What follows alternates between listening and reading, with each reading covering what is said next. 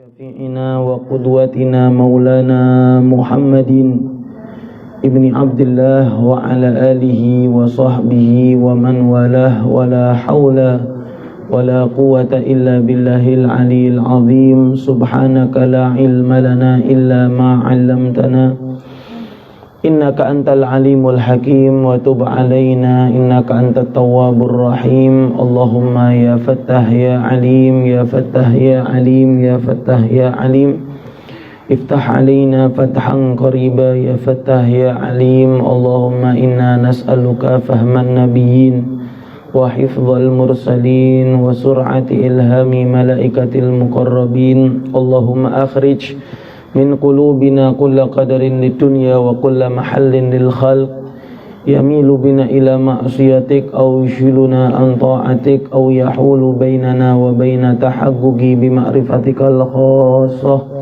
ومحبتك الخالصة نوينا تعلم وتعليم وتذكر وتذكير والنفع والانتفاع والإفادة والاستفادة والحث على التمسك بكتاب الله وسنة رسوله صلى الله عليه وسلم والدعاء إلى الهدى والدلالة على الخير ابتغاء وجه الله ومرضاته وثوابه وقربه سبحانه وتعالى إلهي أنت مقصودي ورضاك مطلوبي أما بعد Alhamdulillah, sama-sama kita hormati, kita cintai, kita banggakan para guru, para pengurus Majelis Syamila yang semoga semua tergolong hamba-hamba yang dimuliakan Allah Subhanahu wa taala. Amin ya rabbal alamin.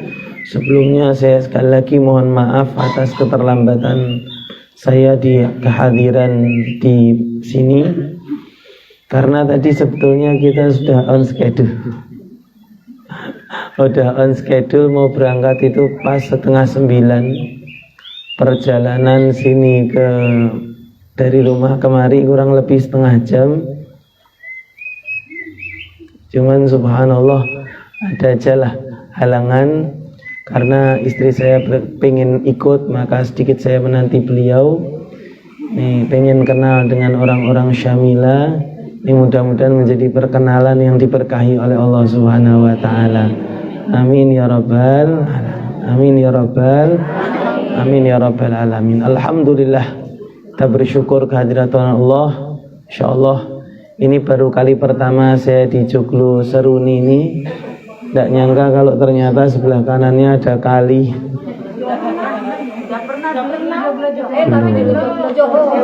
Belum. Yang di sini baru ini. Insyaallah Syamilahnya udah. Cuman kalau ke pinggir kali.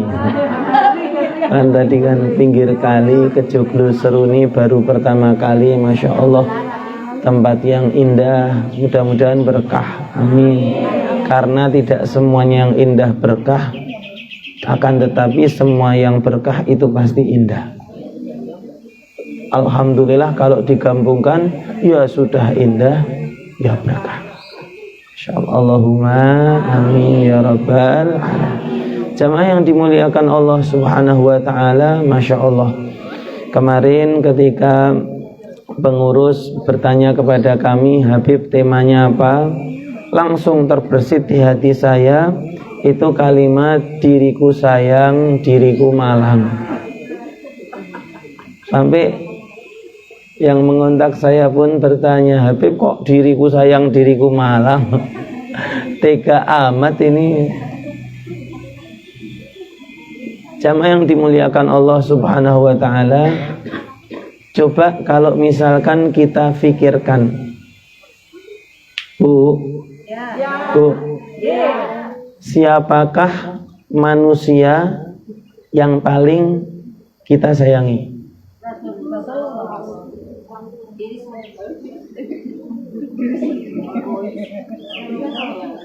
Jujur aja, siapakah manusia yang paling kita sayangi?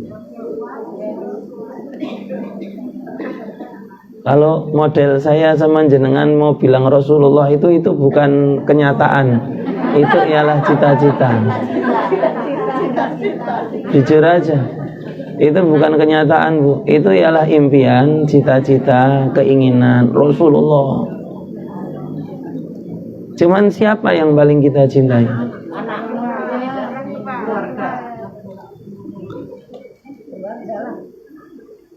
Oke, ada yang bilang keluarga ya. Ini ada yang bilang keluarga. Oke, saya mau tanya. Ada yang mungkin bilang ibu-ibu para pecinta-pecinta suaminya. Bagus. Bagus, cinta sama suami itu bagus. Bu, luapkan cintamu kepada suamimu dengan kasih sayang, dengan cinta, karena dia memang berhak untuk Anda cintai, berhak untuk Anda sayangi, berhak untuk mendapatkan senyuman. Manusia yang paling berhak untuk mendapatkan senyuman terindah, pelayanan sebagai seorang istri, ialah suami. Siapa lagi? Betul. Cuman ketika ibu sedang merasakan nikmatnya jalan-jalan atau nikmatnya belanja, ingat enggak sama suaminya? Lagi scroll online shop gitu, online shop, kira-kira yang dipikir yang pantas untuknya atau yang pertama dipikir pantas untuk suaminya dulu? Itu satu, berarti orang lebih sayang kepada dirinya daripada kepada suaminya. Ngaku sudah ya, pengakuan itu. Oke, tadi ada yang bilang keluarga, ada yang bilang keluarga. Setelah suami ternyata suami gugur, masih di bawah. Yang pertama anak. Coba taruh. Ayo kita anak. Bu, sayang sama anaknya? Sayang, pasti sayang. Saya pernah mau tanya, lebih sering marahin anaknya atau marahin diri sendiri?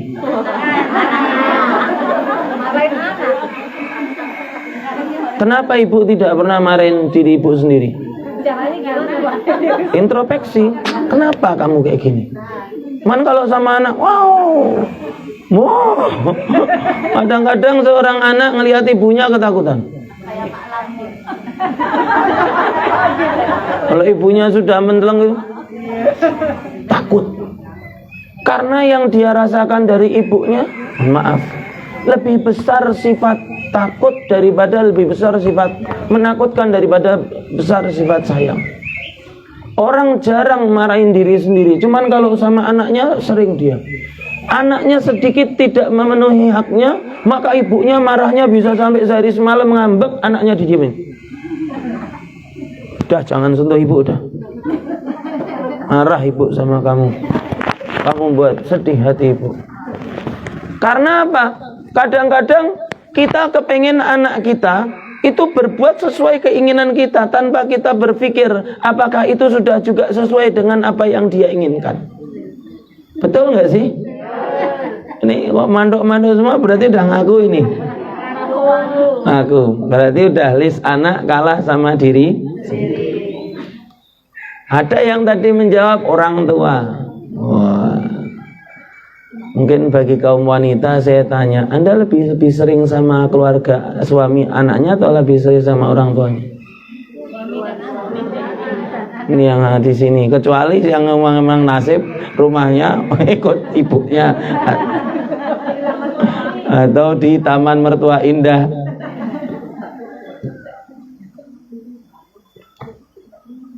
Pernah enggak kita sebagai seorang anak, ya bukan ngeyel, bukan membantah, cuman beradu argumen dengan ibu, ya gini aja Pak Bu, nanti gini Bu.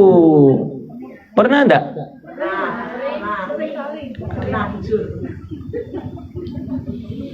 Berarti orang tua pun kita coret karena orang tua tidak lebih kita sayang daripada diri kita. Ternyata manusia yang paling kita sayangi dan cintai ialah diri kita sendiri. Aku, Beb, saya punya mertua itu guala. Setiap saya berbuat sesuatu salah, ini salah, itu salah, sampai saya lebih sering tidak ketemu mertua saya daripada saya ketemu mertua saya. Ada mertua, iya Bu, langsung masuk ke dalam kamar. Disuruh makan, ada ibu enggak di luar? Ada, enggak, saya di kamar aja. Ada satu cerita yang mungkin ibu pernah mendengar, karena cerita ini juga cerita yang masyhur. Ada di dalam kumpulan kitab Hikmah dari Seberang, karya Habib Husin bin Muhammad Anis Al-Habsyi. Jadi kisah dari seberang ini salah satu buku yang recommended karena cerita-ceritanya dari seberang. Seberang mana, Beb? Dunia online. Karena dapatnya dari media online, baik dari bahasa Inggris ataupun bahasa-bahasa yang lain. Maka cerita ini unknown, jadi tidak diketahui sumbernya siapa. Ada seorang, saya pernah cerita, enggak mungkin saya pernah cerita, ketemu aja baru 2 kali ini ya. Ada seorang menantu yang mendatangi seorang kiai yang terkenal dengan doanya mujarab, ahli hikmah lah. Pak Kiai, saya mohon doa, dan kalau bisa apa ada satu amalan biar mertua saya cepat mati, Pak. Kiainya kaget, waduh, ini menantu tenan. Jaluk ndonga ben mertuane mutar. Loh, kenapa, Mbak? Kepengin mertuanya mati. Hidup saya ini ndak nikmat ya gara-gara ada dia. Saya kalau mau ngapa-ngapain, suami saya selalu mendahului ibunya. Saya mau ngapa-ngapain, ibunya.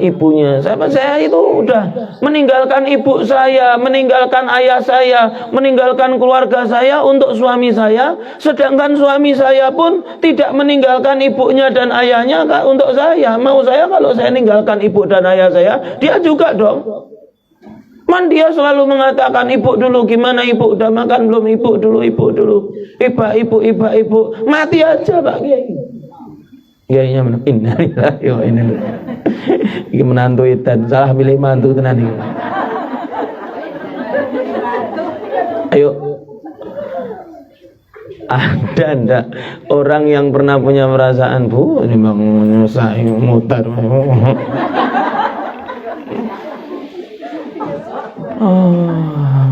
Menantu-menantu yang sering bentrok sama suaminya cuman gara-gara mertuanya ya. Akhirnya Pak Kiainya ini bilang sama menantunya, sama ibu itu, Bu, ini saya kasih plastik isinya racun. Cuman supaya racun ini tidak diketahui bahwa ibu meracun mertuanya, ibu harus memasukkannya ketika dia sedang makan, dan sehari harus 3 kali. Dan syarat makan racun ini supaya ngefek menjadi pembunuh yang betul-betul mati-mati, cuman jangka waktunya lama dan tidak ada yang tahu kalau ibu yang meracun. Harus makannya dalam keadaan senang. Kalau makannya dalam keadaan susah atau sedih, racun ini tidak ngefek. Saking hebatnya ini racun. Kiai jos ini. Ini bukan hanya kiai, ini ternyata pembunuh bayaran juga. Tidak salah milih Pak Kiai, saya ke rumahnya Pak Kiai untuk sowan ini. Ya sudah Pak Kiai. Ini berarti berapa lama Pak Kiai?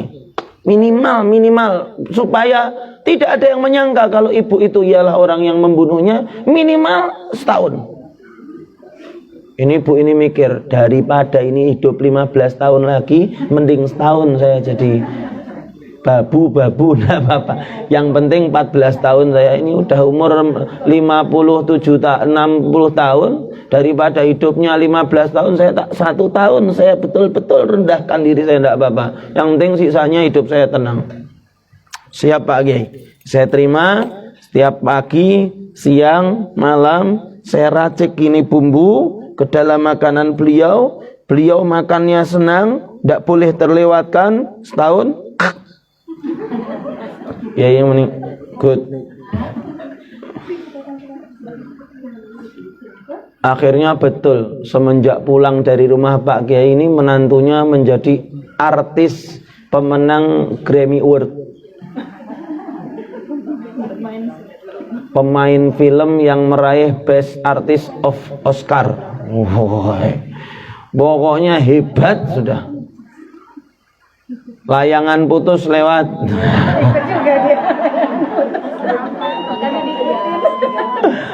Gimana saya enggak tahu. Buka ini, it's my dream.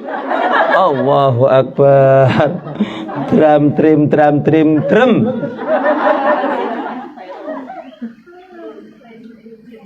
Mari ibu udah makan belum? Belum. Ya Allah, ibu mau makan apa? Aku masakin. Jangan pura-pura baik kamu. Ibu mau makan apa, Bu? Benar kamu masakin ibu? Betul ibu mau makan apa? Mau sayur kangkung sama tongkol. Oh iya ibu, aku masakin ibu ya. Ibu jangan sabar, jangan marah-marah. Orang marah nanti cepat mati loh. Kamu pengen aku mati? Masakkan sayur kangkung, tongkol. Ramuan racun itu sak plastik. Bu, dimakan Bu, ini makanan khusus untuk ibu. Karena ibu usah keneng kerupuk, ini sudah saya siapkan kerupuk. Gak enak. Lah kok habis Bu? Lapar. Makan pagi, makan siang, makan malam diladeni sama nih anak. Bahkan ketika ibunya sakit, saking kepengen mertuanya mati ini sampai didulang. Lama kelamaan mertuanya mulai lembut. Kamu mau kemana? Mau keluar dulu Bu. Nanti aku makannya gimana? Sebelum makan siang aku sudah kembali kok Bu. Dalam hatinya mutiar. Aku pengen kamu. Iya jangan lama-lama di luar ibu, kalau tidak ada kamu kesepian. Iya Bu. Jarak 3 bulan itu sudah mulai rodok mesra. Cuman ini pokoknya setahun pengen merajut. Jarak 6 bulan setiap kali pulang ke rumah, ibunya masih nungguin di kursi. Kamu dari mana? Ibu belum makan malam. Ya kan memang belum waktunya Bu. Ya kamu kalau keluar jangan lama-lama, ibu kangen.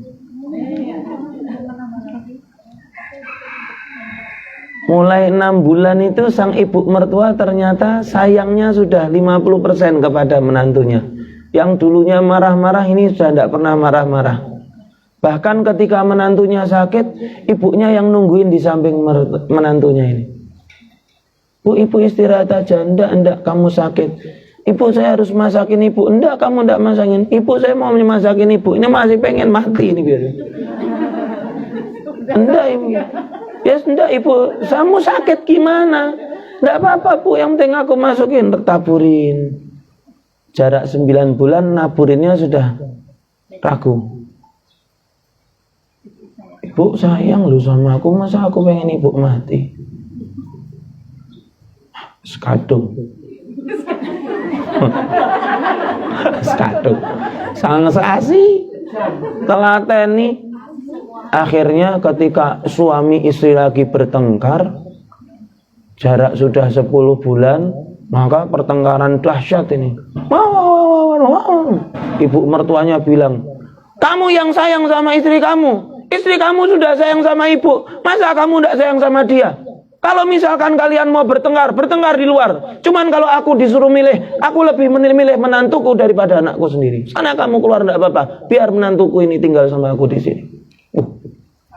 Masih kaget, loh. Malah bilangnya aku, itu bilangnya anak. Sang suami atau anaknya ibu ini membanting pintu keluar dari rumah. Istrinya itu nangis. Ternyata ketika nangis, ibunya buka pintu, dipeluk sama ibunya. Anak yang sabar nak. Anakku itu emang salah. Dia tidak tahu kalau kamu tuh orang baik. Lah.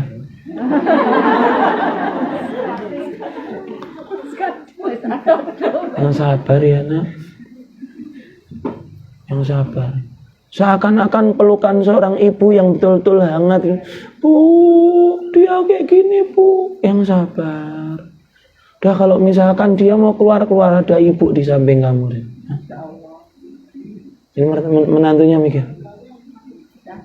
kok ibu sayang sama saya malah ini. Keesokan harinya pergi ke rumah Mbah Kiai. Mbah Kiai, Itu racunnya ada obat penawarnya? Enggak ada. Kalau kamu berhenti, mati. Kalau setahun kamu lanjutkan, ya mati, cuman kamu enggak ketahuan. Man kalau setahun itu kamu enggak lanjutkan sekarang ini, ketahuan kamu pasti. Racunnya itu belum labur di seluruh tubuh ini. Racun paling top ini. Oh, iya. Masa obat racun enggak ada penawarnya, Bang? Enggak ada. Berapapun harganya saya bayar, Pak Kiai. Yang penting racun ini ada penawarnya. Enggak ada. Lanjutkan setahun. Naburnya ini sekarang udah nangis. Nyuguhkannya sambil nangis. Ibu makan, Bu. Iya nak, ibu makan. Ibunya ini menantunya sering nangis, ibunya ikut-ikutan nangis bisa no. Sampai akhirnya ketika hampir menjelang seminggu sebelum setahun, ini ngerumah Pak Kiai nangis-nangis, Pak Kiai. Saya mohon penawar racunnya apa, Pak Kiai? Saya sayang sama mertua saya. Ternyata mertua saya itu sayang banget sama saya, Pak Kiai. Pak Kiai, mohon Pak Kiai. Pak Kiai, mohon Pak Kiai. Kiai bilang, "Loh kenapa? Kamu setahun yang lalu kemari biar ibumu mati kok. Mertuamu mati, kenapa sekarang kamu seperti ini?" Saya sayang sama ibu saya. Ternyata dia dulu tidak sayang sama saya karena memang saya yang salah. Saya tidak betul-betul menyayangi beliau. Ternyata ketika setelah saya pura-pura sayang, masak 3 kali sehari, biar beliau tidak pernah mangkal, ternyata beliau sayang kepada saya dengan rasa sayang yang bahkan tidak saya dapatkan dari ibu kandung saya sendiri. Kamu tidak mau ibu kamu mati? Tidak. Apapun harganya, berapapun harganya. Kalau perlu semua tabungan saya beli untuk membeli penawar racun ini. Yakin kamu? Yakin Pak Kiai. Tidak akan menyesal. Ini tinggal seminggu loh. Kalau seminggu kamu lanjutkan, mati dalam keadaan terindah. Husnul khotimah. Tidak Pak Kiai, tidak seminggu, tidak sebulan. Yang penting kalau bisa ibu saya tidak meninggal dunia. Yakin, yakin. Sumpah, sumpah. Demi apa? Akhirnya Pak Kiai bilang, ya sudah. Itu sebetulnya bukan pupuk racun. Itu cuma tepung terigu. Pak Kiai serius Pak Kiai? Iya, itu bukan racun. Itu cuma tepung terigu. Saya suruh kamu menaburkan biar kamu menjalin hubungan yang erat dengan mertua kamu. Kamu jangan buat mangkal dia, kamu layani dia sehari 3 kali. Pasti akan terjalin hubungan yang indah antara kamu dengannya. Kalau kamu setiap hari malah mengelak darinya ini dan itu, pasti tidak akan akur. Maka betul kan apa yang saya pikir? Tidak mungkin saya Kiai masaknya racun orang. Oh iya juga ya. Dan akhirnya ibu dan menantu ini pun hidup dengan tenang dan bahagia karena memang dilandasi rasa kasih sayang. Nah, ini jamaah yang dimuliakan Allah, rasa sayang yang memang betul-betul tumbuh untuk menjadikan orang lain ini merasa indah sesuai dengan kodratnya. Nah kalau jenengan mencintai diri kita sendiri, kadang-kadang kita mencintai bukan menyayangi, cuman kita membela, memanjakan diri kita sendiri yang tidak pada tempatnya. Kita memberikan alasan demi alasan untuk membela diri kita sendiri, padahal diri kita tidak berhak untuk dibela. Jelas-jelas salah, masih selalu kita bela. Kenapa? Karena kita sayang diri kita sendiri. Dan itu yang paling banyak menjerumuskan seseorang ke dalam lubang api neraka. Na'udzubillahi min dzalik. Orang yang terlalu menyayangi dirinya sendiri sampai dia menjadikan dirinya dilanda keburukan. Diriku sayang, diriku malang. Bayangkan bagaimana seorang Fir'aun yang karena dia ingin menjadi seorang Tuhan, dia merasa baik, dia merasa is the best, dia merasa yang harus selalu diajukan dirinya, ana rabbukumul a'la. Wah, semua yang diinginkan Firaun ialah dirinya. Dia ingin mengistimewakan dirinya lebih daripada orang lain, bahkan istrinya sendiri. Apa yang terjadi dengan Firaun? Yang terjadi dengan Firaun ialah dihukum oleh Allah Subhanahu wa taala, dilaknat ila yaumil qiyamah. Apa yang terjadi dengan seorang Abu Jahal?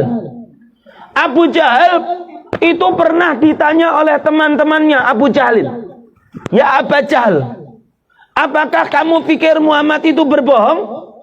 Maka Abu Jahal mengatakan, "Aku akan jawab, cuman jangan bilang siapa-siapa." Oke. Muhammad ini sebelum mengaku nabi, itu seumur hidup tidak pernah bohong. Abu Jahal yang ngomong. Sebelum dia ngaku nabi, dia ialah manusia yang paling jujur, terpercaya, al-amin. Sekota Mekah tidak ada pernah yang satu pun yang menyaksikan Muhammad itu berbohong, Muhammad berbuat dusta, Muhammad melakukan perbuatan aniaya kepada orang lain. Tidak pernah. Nabi Muhammad ini manusia di kota Mekah, orang yang paling dipercaya oleh orang lain. Sampai kalau misalkan ibu-ibu tahu, itu walaupun ketika Rasulullah sudah jadi Nabi dan Rasul, orang-orang yang kafir kalau nitipin barang masih sama Rasulullah. Orang kafir ini padahal. Karena mereka mengatakan, tidak ada yang bisa saya lebih percaya lebih dari engkau Muhammad ini kalau bisa titip. Padahal dia kafir. Sampai di dalam hikmah, ketika Rasulullah hijrah, itu kan kita selalu mendengar cerita ketika Nabi Muhammad hijrah, orang yang hijrahnya setelah Rasulullah siapa? Ali bin Abi Thalib. Ali bin Abi Thalib hijrahnya belakangan. Kenapa? Sama Nabi diwelingi, sama Nabi mendapatkan perintah, nanti kalau aku sudah sampai sana, ini barang titipan Fulan bin Fulan kembalikan, ini kembalikan, ini kembalikan, ini kembalikan. Nggak kok dibawa kabur sama Rasulullah ke Madinah, enggak. Ali bin Abi Thalib ditugaskan, nanti kalau misalkan aku udah berangkat, kamu pergi ke rumah orang ini, ke rumah orang ini, ke rumah orang ini barang titipannya dia, ini amanah dari dia, ini amanah dari dia. Subhanallah. Nabi Muhammad SAW terkenal orang yang tidak mau untuk berbuat dolim sama orang lain. Tidak pernah. Sampai kalau misalkan kita mendengar satu cerita mengenai anak angkat Rasulullah yang bernama Zaid bin Harithah. Zaid bin Harithah ini orang kulitnya hitam. Cuman anaknya namanya Usamah, kulitnya putih. Ibunya hitam, bapaknya hitam, anaknya putih. Ada enggak kejadian seperti ini? Mbok nireng, pak nireng, anaknya putih. Sampai bapaknya kalau ngitung anaknya, ini anak saya apa bukan? Wah, itu Rasulullah pernah ketika Zaid dan Usamah ini beda kulit, maka ada yang mengatakan, jangan-jangan bukan anaknya Zaid ini, anaknya orang lain.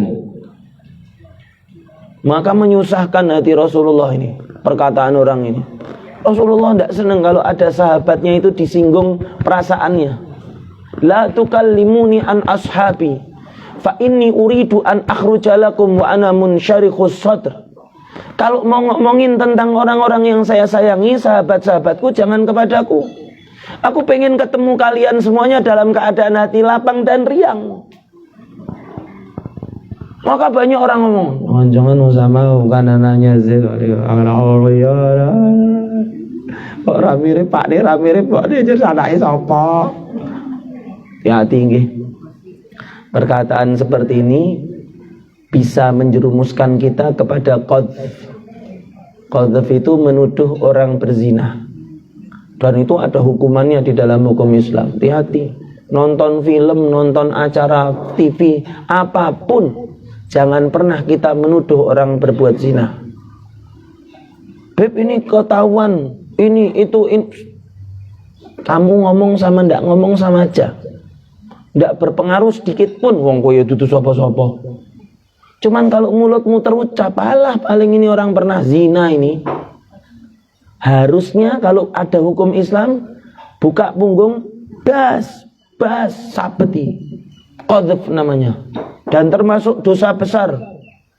Qadhful ghafilatil mu'minat, muslimatil mu'minat. Menuduh berzina seorang wanita yang tidak berzina, yang solihah, yang beriman kepada Allah Ta'ala. Salah satu di antara dosa besar. Ini nonton acara sinetron, nonton acara apa gosip selebriti, ya kaya ngono, yang paling ya orang ahli zina. Komentarmu tidak berpengaruh apapun, cuman di sisi Allah memiliki pengaruh yang besar. Jangan. Wah, ini ketika orang-orang pada ngomong-ngomong tentang Zaid dan Usama, Rasulullah hatinya sedih. Sampai akhirnya ketika di rumah Rasulullah, Zaid sama Usama lagi tidur. Orang zaman dulu selimutnya itu ndak kok genep, kainnya komplit.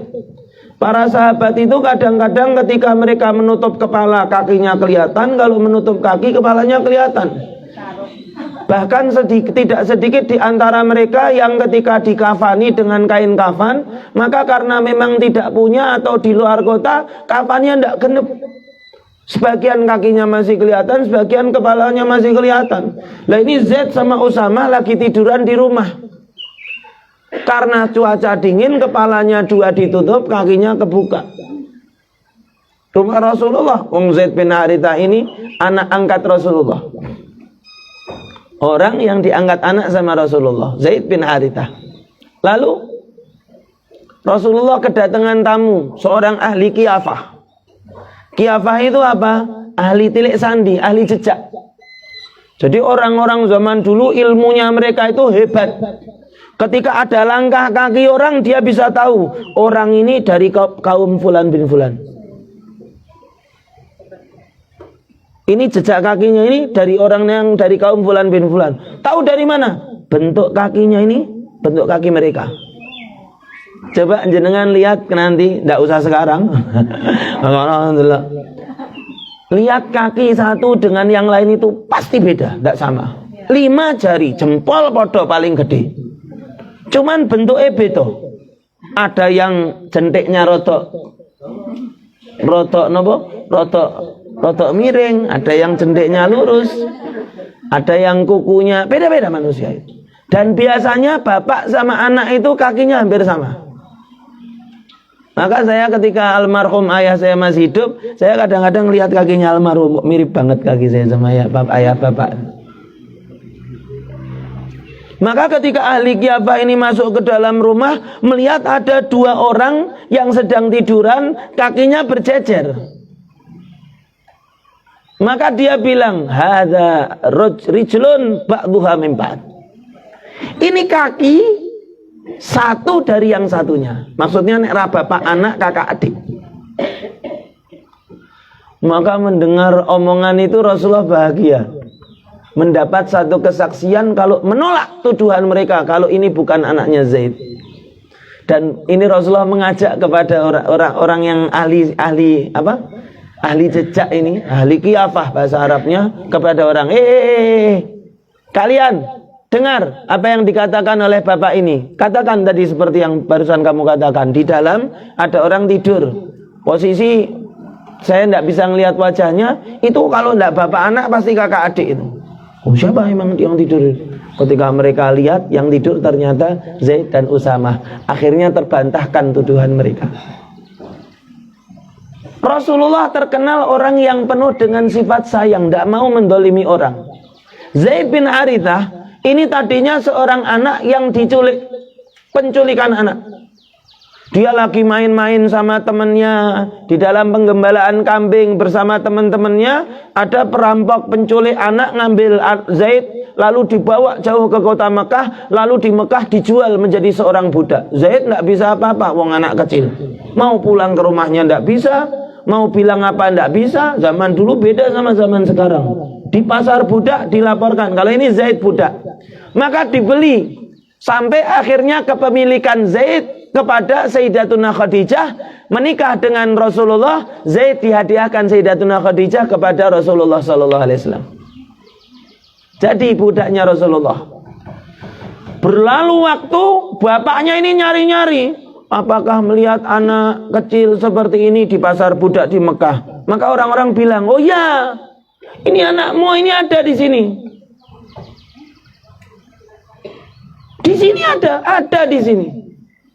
Kira-kira sama siapa? Oh, jangan khawatir, sama seseorang yang baik, namanya Muhammad. Ini sebelum Rasulullah jadi nabi nih. Semua penduduk Mekah bersaksi kalau Nabi Muhammad ialah orang yang baik. Maka Pak Harithah ini menuju ke rumah Rasulullah. Ketika mampir disambut sama Rasulullah, ada Bapak, apa yang bisa saya bantu? Bapak Muhammad, saya ini dari jauh lagi nyari anak saya yang hilang. Banyak orang yang bilang anak saya ada di sini loh. Namanya siapa? Namanya Zaid. Oh, Zaid. Iya, itu anak saya. Oh. Kalau bisa saya mohon, saya bukan orang yang kaya, saya bukan orang yang mampu. Cuman saya tidak mampu kalau anak saya itu tinggal jauh dari saya. Ibunya nangis, saya juga bingung nyari. Kalau Bapak berkenan, tolong anak saya dikembalikan kepada saya. Nabi Muhammad tersenyum dan mengatakan, Pak, saya akan memberikan pilihan yang lebih baik dari itu, dari hanya sekedar mengembalikan. Apa? Saya disuruh bayar, saya tidak punya uang. Tidak, saya tidak akan nyuruh kamu bayar. Lalu bagaimana? Kita suruh Zaid milih, ikut kamu atau ikut aku? Gimana? Wah, ya, makasih banyak. Bapaknya mikir, ya mesti milih bapak ini lah. Dipanggil Zaid. Zaid melihat ayahnya langsung berlari meluk ayah. Perasaan seorang anak yang rindu dengan orang tuanya. Meluk ibunya. Ibu, apa kabarmu nak? Baik Pak, dalam keadaan yang terbaik. Nak, duduk sini nak. Sama Rasulullah, Zaid, kamu kenal beliau?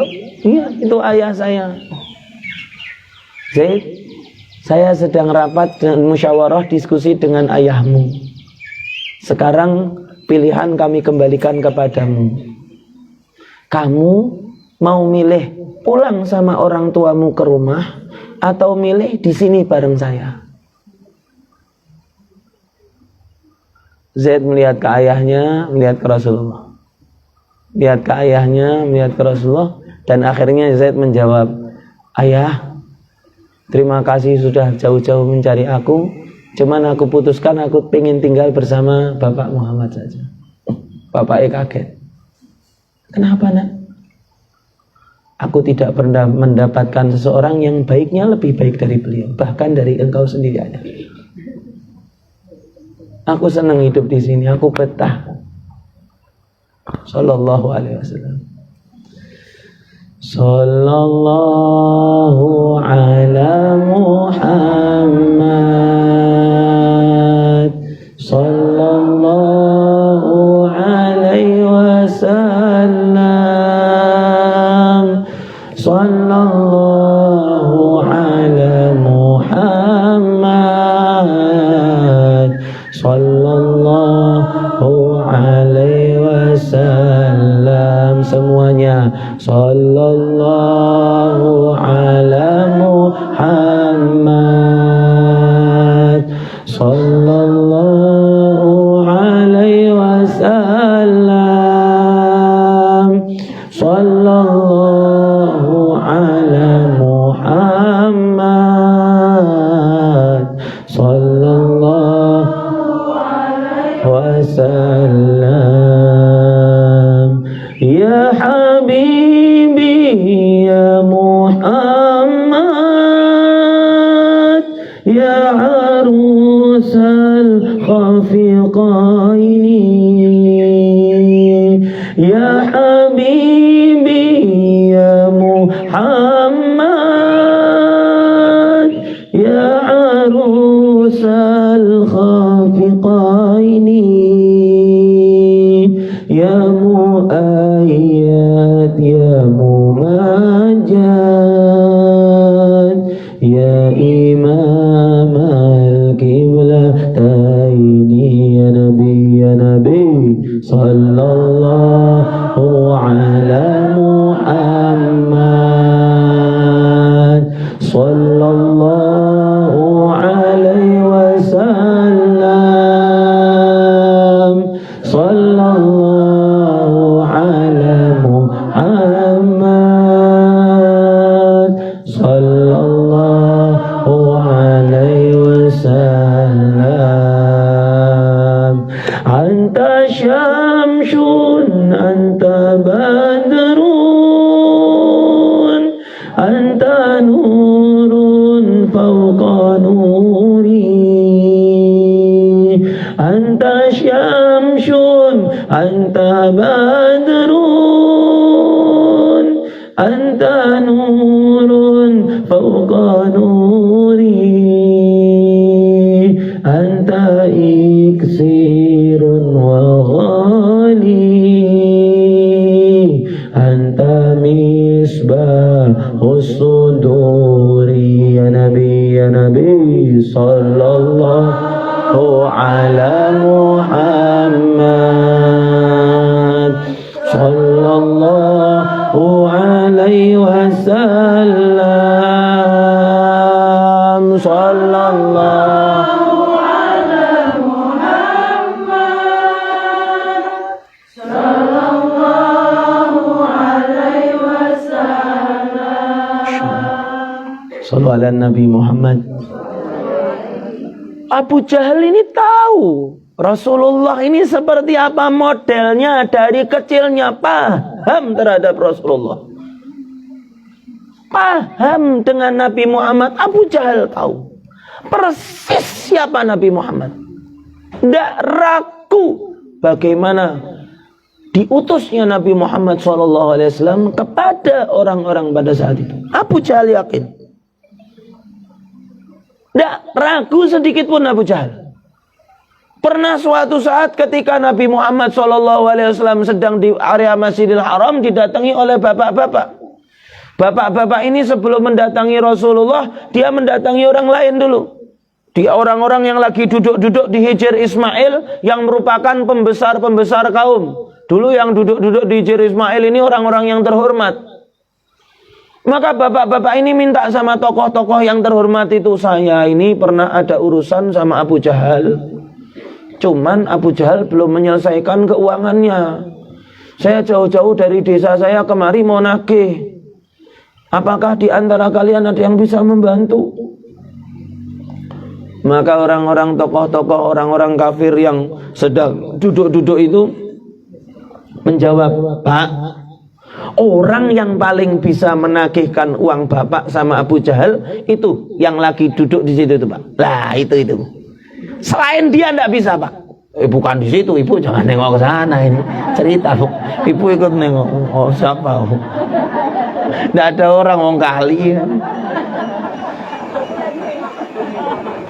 Oh, yang bingung kan oleh. Mbok. Mudah-mudahan sehat gitu.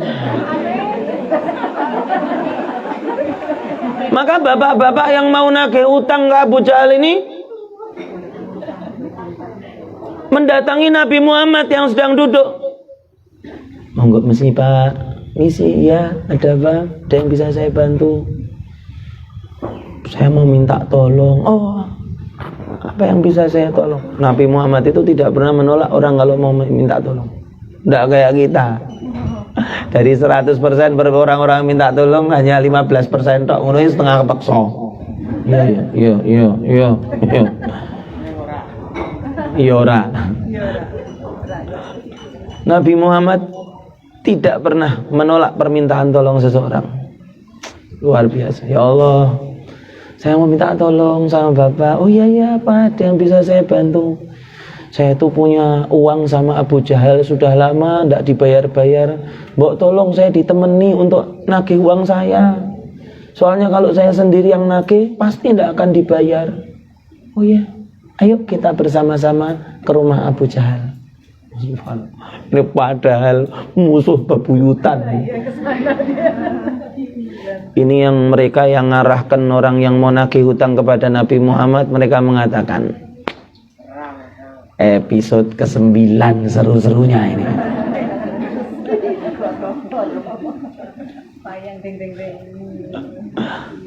Mereka ngikuti dari belakang. Nabi Muhammad dengan santai, tidak ada perasaan takut. Nabi Muhammad bukan seorang penakut ataupun pengecut. Siapapun yang ada di hadapannya sama Rasulullah dihadapi. Bahkan pernah suatu saat Rasulullah sudah pedang ada di leher. Siapa yang menghalangimu dari aku sekarang, wahai Muhammad? Allah. Jangan dibilang Rasulullah ada rasa takut. Takutnya hanya sama Allah. Tak. Merendah, manja Rasulullah sama Allah itu. Sama Allah manja. Apa yang dibutuhkan minta, ya Allah. Manjanya bukan sama suaminya, mas. Mas. Sama Allah manja. Manja sama Allah enggak apa-apa. Merengek sama Allah. Layaknya seorang anak kecil ngerengek sama orang tuanya. Sama Allah ngerengek. Allah tambah kita ngerengek, tambah kita merayu-merayu. Allah, ya Allah, kalau bukan untuk kepadamu terus aku sama siapa, ya Allah? Ya Allah, Engkau yang paling sayang sama aku tidak mau, aku tidak tahu kepada siapa aku berlindung kecuali kepadamu. Allah tambah sayang kalau jenengan rayu-rayu. Tapi saya tidak bisa bahasa Arab, bahasa Jerman tidak Bapak. Orang bilang, mau bahasa Arab, bahasa krama inggil duku si pangeran Batejiun datang panjenengan. Apa ada malaikat yang nanggur translate Arabic?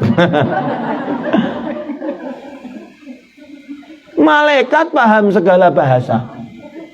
Tidak usah Allah, malaikat paham segala bahasa. Tidak usah malaikat, banyak orang yang bisa puluhan bahasa. Masa kita ragukan maha hebatnya Allah di dalam menerjemahkan apa yang dikatakan oleh hambanya. Tidak usah bahasa mulut, bahasa hati Allah paham. Bahasa kalbu. Rasulullah itu manja sama Allah. Mau meniru Rasulullah, bermanja-manja sama Allah. Habis sholat itu manja. Astagfirullahaladzim. Mohon ampun ya Rabb. Jangan habis sholat langsung.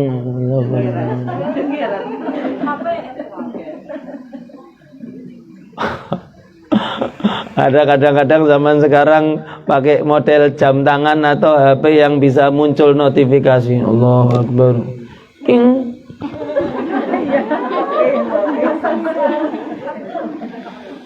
Oh. Ya Allah. Kalau saya sampai jam berapa ini? Allah, hilaf. Nggih. Ntar lagi saya cerita tentang Abu Jahal sama Rasulullah dulu. Akhirnya Rasulullah, saya sampai jam berapa? 11:30 ya. Rasulullah datang ke rumah Abu Jahal. Dok.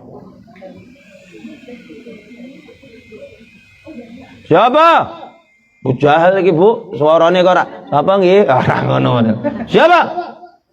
Muhammad. Dari dalam itu udah Muhammad.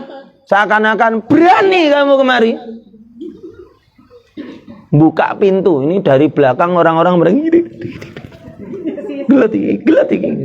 Yang tadi nunjukkan orang untuk mendatangi Nabi Muhammad itu, yang dari Hijir Ismail itu, mereka udah nginjen, kepengen adegan seru, bentak-bentakan, buat contoh-contohkan nonton. Muhammad buka pintunya sama Abu Jahal.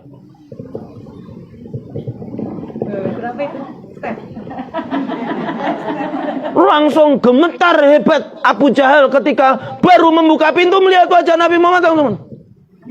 Muhammad, kemari ada apa? Kamu kenal orang ini enggak? Iya. Nah, kamu punya utang sama dia? Iya. Kamu bisa bayar sekarang? Bisa. Bentar. Masuk buru-buru ambil. Nih Pak, uang utang saya sama dia. Dihitung Pak coba. Cair. Orang kalau dari bayar utang lekone kaya apa jajal, Masya Allah. Ayuhal penghutang bayar utangmu. Lekone wong dibayar utang niku. Wah, kadang-kadang sing jadi status anugerah terindah hari ini, utang lunas. Sudah cukup udah. Ya udah, aku pamit pulang. Makasih. Iya. Tutup pintunya pelan-pelan. Tadi bukanya Muhammad.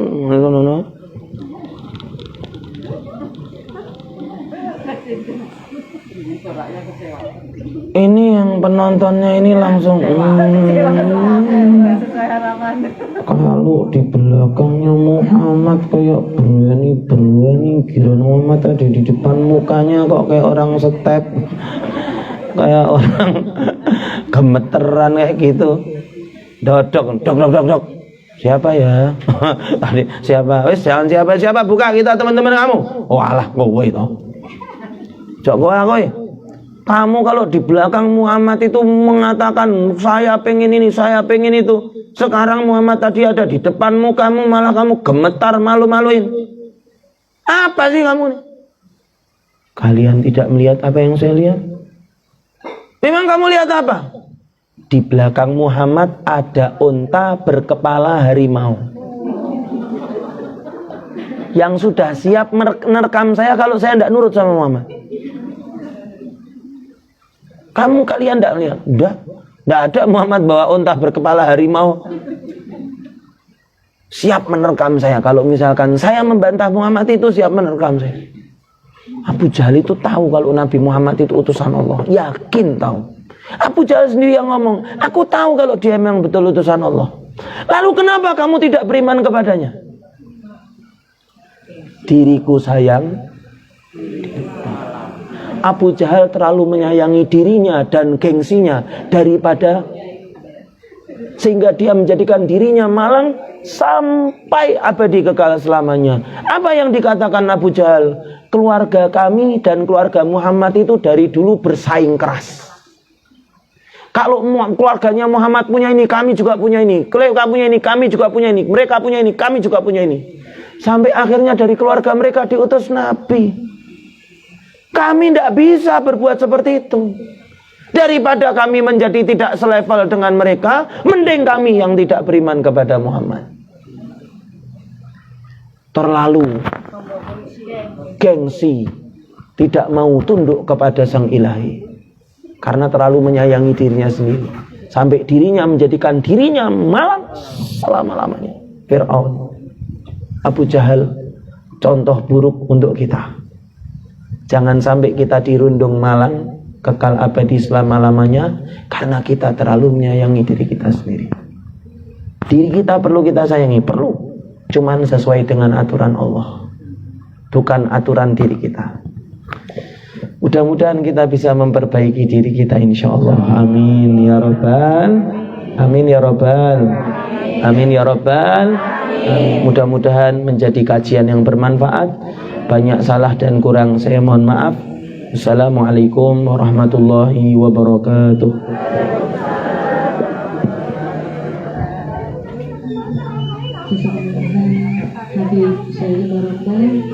Ibu-ibu ada yang ingin bertanya, mungkin ada yang ingin didiskusikan,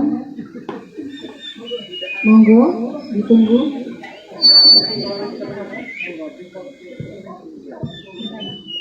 Sepertinya tidak ada yang bertanya ya, semuanya udah jelas ya. Oh ada Bu Susi, monggo.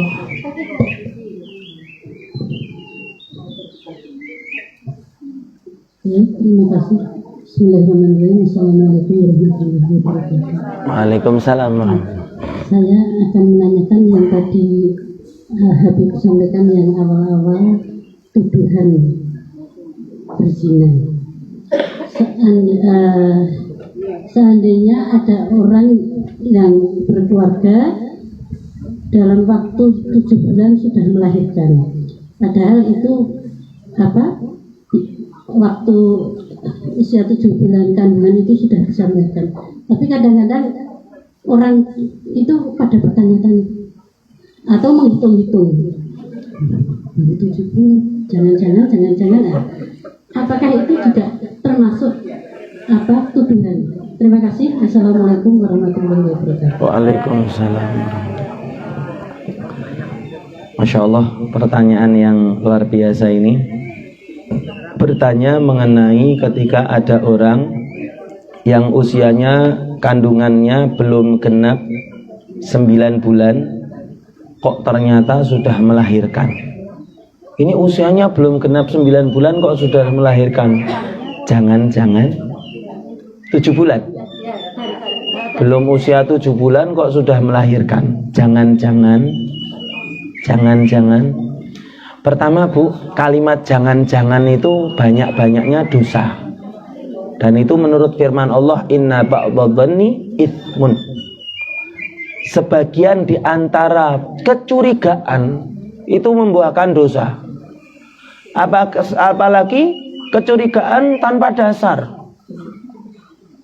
Beb, kok tanpa dasar bagaimana sih Beb? Oh ini berdasar. Lah kita ini detektif atau bukan? Bukan.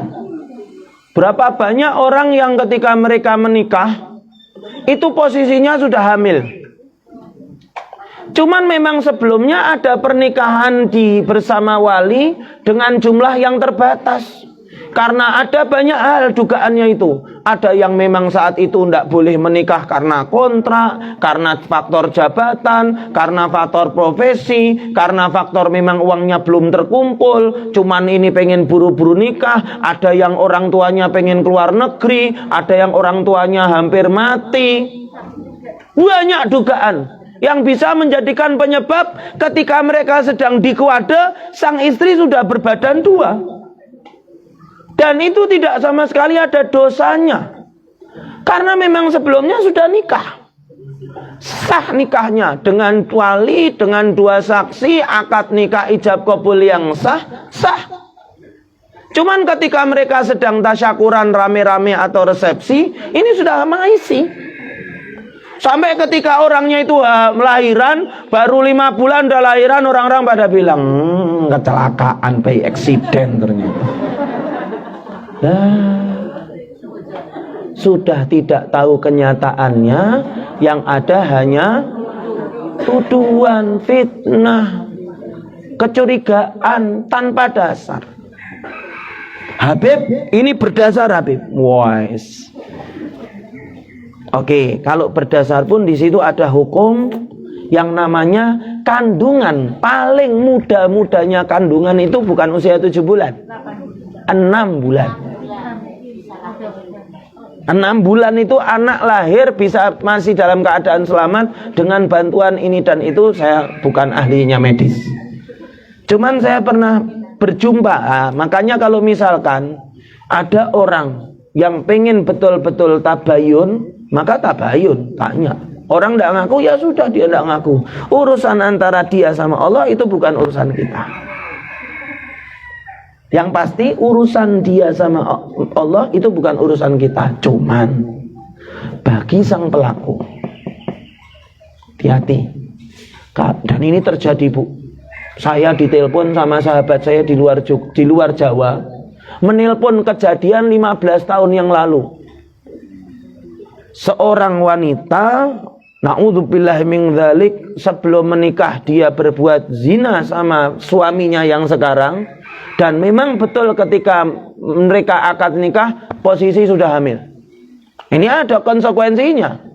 Apa itu Habib konsekuensinya?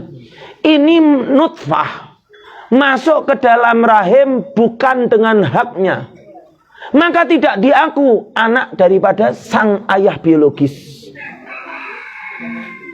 Ini ayah biologisnya Beb, yang berzina sama sang ibu. Walaupun itu ayah biologis, cuman tidak dipandang di mata agama Islam. Bahkan kalau suatu saat ini ayah biologis mau nikah sama anaknya, halal. Karena memang bukan anaknya kok. Masuknya rahim itu tidak diakui oleh Islam. Lah terjadi Bu. Ini kejadian nyata. Ya saya bukan nuduh orangnya. Saya dapat konsultasi dari sahabat saya. Lalu hukumnya gimana? 15 tahun yang lalu mereka menikah, sampai sekarang belum punya anak. Saya bilang, jangan-jangan itu hukuman dari Allah, tidak akan melahirkan anak kecuali dalam keadaan yang sah. Lalu gimana Habib? Saya bilang, jelaskan sama sang suami, jelaskan sama sang istri, kalau sang istri itu anak di luar kandungan, anak di luar pernikahan, yang kemarin dinikahkan sama ayahnya salah, harusnya walinya wali hakim. Jadi sang perempuan ini anak hasil zina. Ketika menikah, maka dinikahkan oleh ayahnya. Padahal ayahnya tidak berhak untuk menikahkan. Orang bukan walinya syar'an. Beb, walinya siapa? Wali hakim. Kalau yang menikahkan ini ayahnya, gimana hukumnya? Batil sah nikahnya. Nikah 15 tahun yang lalu sampai sekarang belum punya anak. Konsultasi sama saya. Terus gimana Beb Saidi? Nikah ulang dengan wali hakim. Jangan itu hukuman dari Allah. Nah, ini ada konsekuensinya cuman.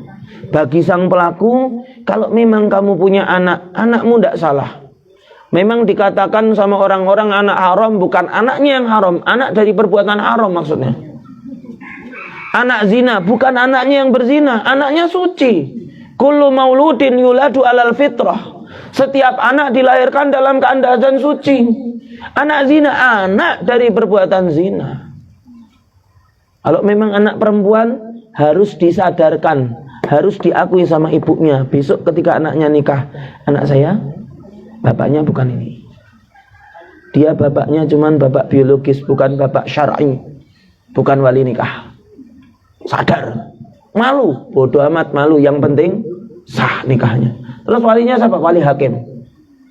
Beb, ini akte keluarganya, kartu keluarga, akte lahir, akte kelahiran, kartu keluarga belum, tidak menjadi patokan di mata syariat agama. Mau semuanya ini anaknya fulan, kalau bukan anaknya ya enggak, bukan mahram, bukan mahram. Halo? Ini enggak pas tadi kajian terhipnotis jawab tak pertanyaan. Jenengan jangan dipikir ini bintang film layangan putus. Oh, miripnya. Nah, kalau anaknya laki-laki memang tidak membutuhkan konsekuensi wali nikah, nggih. Cuman yang membutuhkan konsekuensi warisan. Di dalam warisan cuman. Bukan bapaknya kok. Tidak berhak mendapatkan waris kalau memang bukan bapaknya. Yang berhak mendapatkan warisan dari bapak, anaknya yang syar'i. Jika ikut bapaknya tapi tidak ikut ibunya, ibunya menikah kembali, tapi diambil bapaknya. Enggak, ini basicnya ini anak di luar nikah apa bukan? Anak di luar nikah terus? Ya, diambil dari pihak laki-laki, bapaknya. Jadi anak di luar nikah, Diambil terus yang ngasuh bapaknya. Ibunya? Ibunya menikah kembali dengan perempuan laki-laki lain. Iya, terus? Bapaknya menikah juga dengan perempuan lain. Oke, terus? Itu hukumnya kalau hukum hak warisnya gugur. Ya bukan gugur, emang tidak berhak, wong dia anak di luar nikah kok. Dia masih bisa mendapatkan warisan dari sang ibu karena nyata itu anaknya. Cuman dia tidak bisa mendapatkan warisan dari sang ayah karena ini bukan ayahnya secara hukum Islam. Ibunya jelas, kalau ibunya jelas ibunya. Ibunya mahram segala macam. Cuman kalau sama bapaknya ini kalau memang di luar nikah, Bu. Karena ketika masuknya nutfah ke dalam rahim tidak sesuai prosedur syariat, maka tidak berlaku segala sesuatu syariat kepada anak ini. Kasihan anaknya. Walaupun selama ini diopeni bapaknya sampai mau diopeni, mau dirawat, mau didulang, cuman hukum. Kecuali kalau misalkan ini ketika dibawa sama bapaknya, nyusu sama istri bapaknya. Lah ini nanti jadi anak susu, beda urusan. Beda urusan. Ini tetap mahram sama ibunya. Kenapa? Ini istri bapaknya. Bukan karena istri bapaknya. Cuman ini nyusoni sama istri daripada bapak biologisnya. Enggak juga. Kalau orang susuan enggak punya hak waris. Anak susu enggak punya hak waris. Ibu yang di belakang tadi sudah jelas jawabannya? Yang saya tanyakan, yang menduga-duga itu tadi. Nah, menduga-duga dari awal sudah saya jawab itu dosa. Okay. Orang yang menduga-duga itu dosa. Kalau memang sampai mengatakan, maka akan ada konsekuensi hukumnya. kalau batin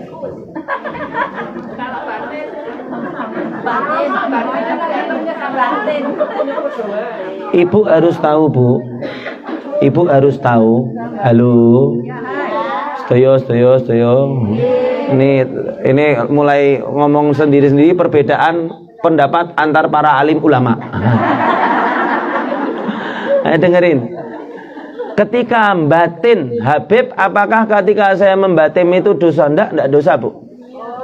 Batin itu enggak dosa. Cuman menjadi jarak yang tambah jauh antara kita sama Allah. Karena batin kita enggak bersih.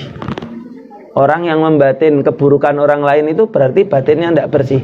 Seperti misalkan airnya bersih, cuman cawannya kotor. Kita kira airnya jadi kotor atau enggak? Begitu pula Allah Ta'ala, kamu beribadah itu sesuatu yang bersih, suci, murni, bisa diminum, enak dinikmati. Cuman ternyata cawanmu kotor, hatimu kotor. Sering batin wong li.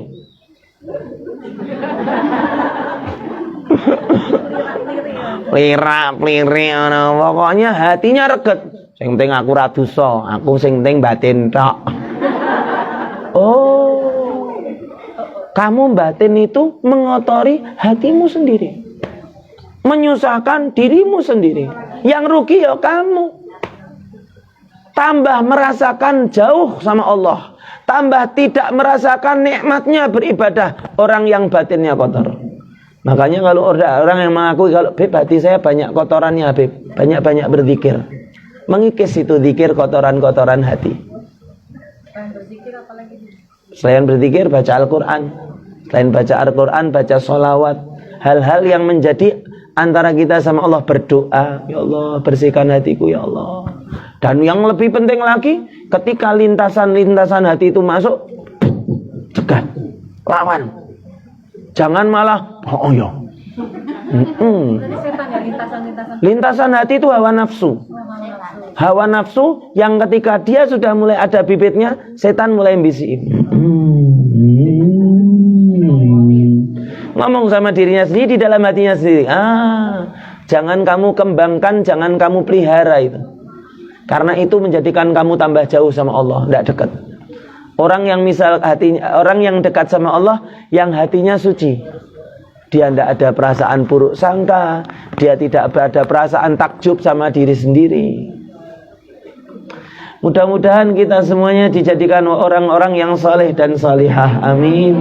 Yang dekat sama Allah Ta'ala, yang kita menyayangi diri kita dengan cara Allah, dengan aturan Allah, sehingga bukan hanya diri kita yang kita sayang, cuman Allah Ta'ala pun sayang sama kita.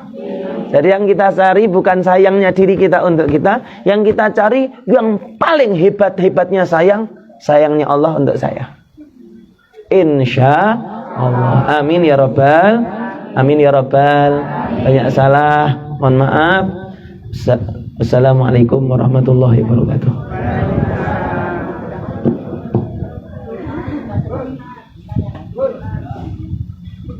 Masih ada pertanyaan? Masih ada lagi yang mau bertanya? Oh, satu terakhir ya? Tanya langsung aja. Begini Habib, saya pernah mendengar kalau zina itu menurun. Apa? Zina itu katanya menurun. Kalau Genetik. misalnya pernah zina, mesti ke bawahnya itu nanti ada yang mohon penjelasannya bagaimana? Karena kan apakah seperti dosa itu jadi menurun gitu? Iya, penjelasan Habib. Insyaallah, zina itu apakah menurun? Jawabannya, kalau secara genetik enggak. Cuman kalau secara lingkungan bisa jadi. Orang tua yang kumpulnya dengan para bezina-bezina akan bisa melahirkan anak yang berzina.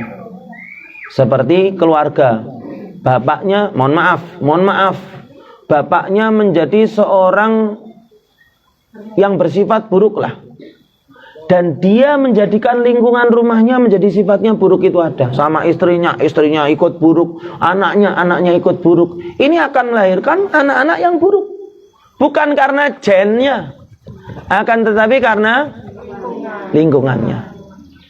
Berbeda dengan kalau misalkan keluarga yang baik, bapaknya baik, anaknya pun akan ikut baik. Lingkungan baik.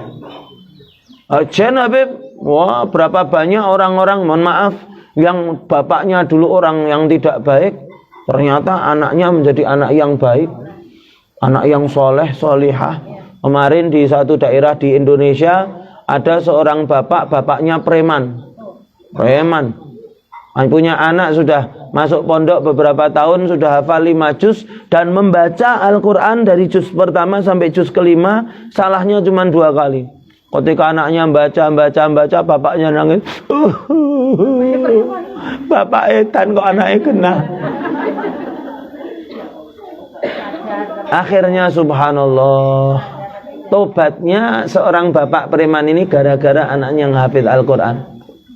Saya punya salah satu famili saya, dan ini termasuk cerita yang sangat mengagetkan saya. Beberapa bulan yang lalu, udah lumayan lama lah, saya bertemu dengan dia ini perokok hebat. Walah, luar biasa, udut. Ini yang di mulut belum selesai, nyumet meneh.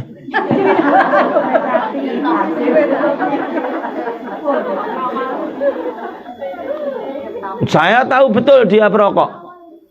Kalau ketika dia merokok, saya bilang Allahu Akbar, mbok tolong mandek ya sebentar. Oh, berapa bungkus? 3 bungkus sehari.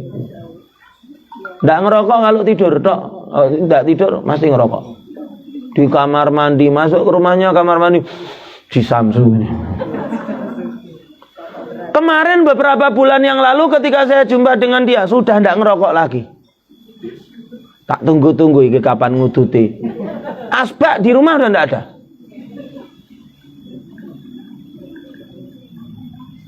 Saya mau nanya sama orang ini, nggak tega saya nanya, ada apa kok berhenti merokok? Mengko urusannya karo penyakit, divonis mati, pokoknya paru-paru terbakar. Maka saya tanya sama istrinya. Istrinya masih ada hubungan famili sama saya, jadi saya nggak terlalu sungkan. Suamimu kok nggak ngerokok lagi, kenapa?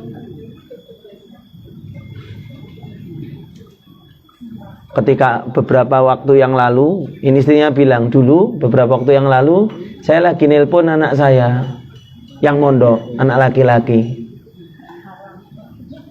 Enggak anak haram, anak bener ya Bu. Apa? Oh, nelpon anak yang di pondok, terus anaknya mohon-mohon, Bu, aku mau ngomong sama Abah, boleh ndak? Abahnya lagi di luar rumah, mau ngomong sama Abah, penting Bu. Abahnya ada di luar rumah, mau ngomong sama Abah. Emang mau ngomong apa? Enggak, pokoknya mau ngomong sama Abah. Ya udah, ntar kalau Abahnya pulang Ibu teleponin. Pokoknya buruan Bu, aku mau ngomong sama Abah. Ketika ibunya tutup, dah lama Abahnya pulang bilang, tadi anaknya kamu mau ngomong sama kamu tuh loh. Loh kenapa? Nggak tahu, aku tanya kenapa. Telepon, ada apa nak? Bah, aku mau minta tolong bah, tolong bah. Apa nak? Abah berhenti ngerokok bah. Nanti di hari kiamat orang yang merokok itu wajahnya akan hitam bah. Ini anak mendapatkan pendidikan di pondok, jangan ngerokok, rokok itu makruh. Orang yang selalu melakukan perbuatan makruh nanti akan gini-gini. Biasa, anjuran seorang guru di pondok biar anak-anak tidak pada merokok. Saking ketakutannya anak ini tahu bapaknya perokok hebat. Nelpon, wah jangan ngerokok bah. Aku takut nanti apa kalau di hari kiamat masuk neraka mukanya hitam. Perkataan polos seorang anak menjadikan dia tobat. Tidak ngerokok lagi. Kamu tidak ngerokok. Habis orangnya pulang, hebat udah tidak ngerokok ya? Iya udah tidak ngerokok. Kenapa? Gara-gara anak saya ini kurang ajar. Kalimat itu masuk ke dalam hatinya. Kalimat ketakutan seorang anak itu tembus ke dalam hati sang ayah. Jadi jangan dipikir anak perokok, bapak perokok terus anaknya pasti merokok. Berapa banyak bapak perokok, anaknya malah menyadarkan bapaknya supaya tidak merokok. Jadi genetik itu tidak. Kullu mauludin yuladu alal fitrah. Setiap bayi dilahirkan dalam keadaan suci.